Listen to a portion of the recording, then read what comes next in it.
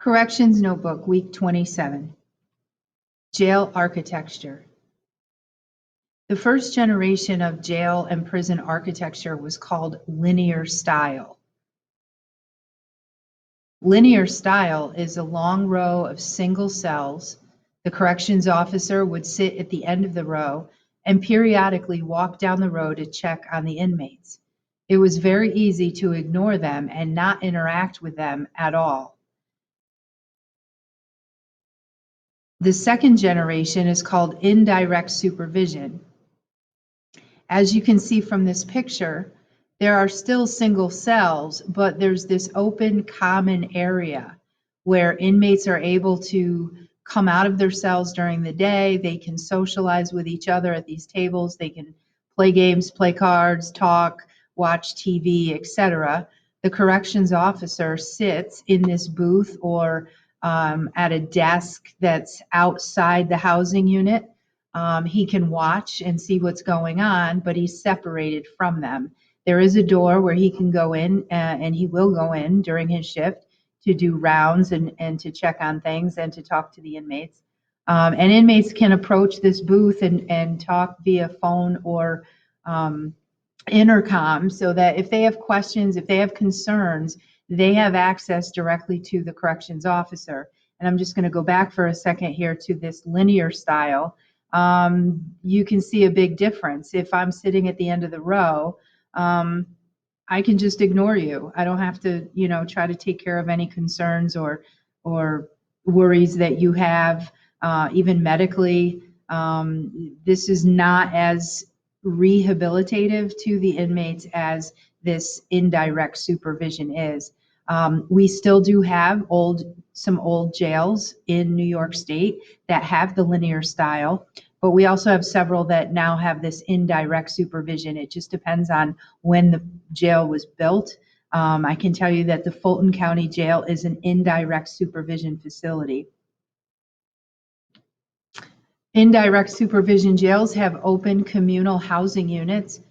The CO is separated from the inmates by glass, but he can see in and watch the entire unit at once. Also, the inmates can communicate with the officer by telephone at any time.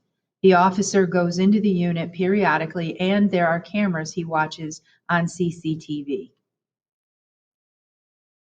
And here's a little diagram of an indirect supervision housing unit. Again, you see this open communal area. The picture that I had in the previous slide, these were cells, but there's also the kind where it's like an open dormitory, and these are just cots.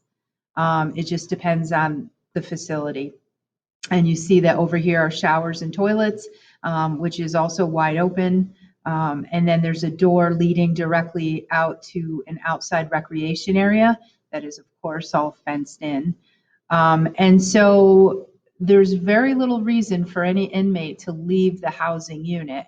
The food is brought in on trays to them 3 times a day. This wall over here would be glass. This is where an officer would sit at his desk or his podium or in the booth, but he can see in through the glass. There's a door here. There's a pass-through tray as well, or a pass-through drawer, I should say. And again, inmates can come over to the glass, to the window, to the intercom, and speak with the officer if they need to. And the officer can go in anytime that he wants. Our third generation, which is the most recent generation that we have, is called direct supervision. Direct supervision. So notice in these pictures, we again have our open communal area, and this is showing single cells, but our officer is in the housing unit with them. There is nothing separating the officer from the inmates except for this painted line on the floor that you can see the color difference. White is her area and the green is the rest. Inmates are told when they enter the facility that they may not cross this color area without permission of the corrections officer. In fact, it is considered an act of aggression if they were to cross over into the white area without permission. And you see the officer here is out and about and talking with inmates. This type of architecture makes a very different job for the corrections officer, as you'll see. And just as a side note, the Rensselaer County Jail and the Montgomery County Jail, they are both direct supervision. So you can see that if you were to get a job as a corrections officer, your job and how you do it day to day and what it entails is going to be different depending on the architecture of the jail that you work in.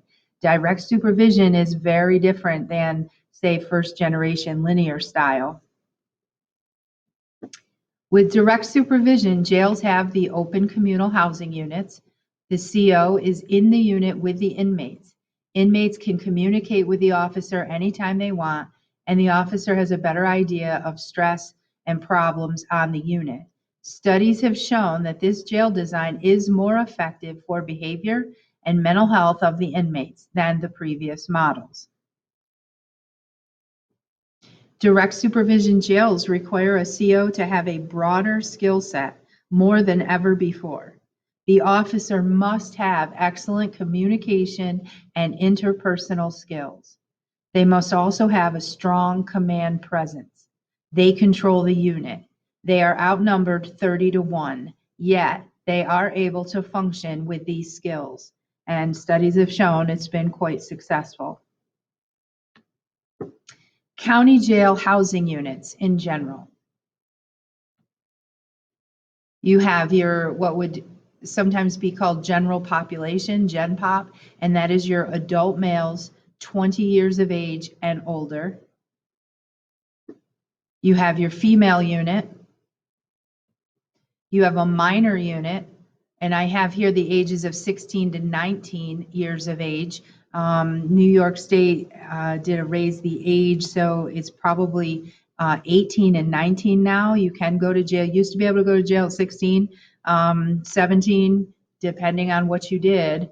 And I believe it's 18 now, but New York State Department of Corrections considers a minor to be an 18 and 19, anybody 19 and younger.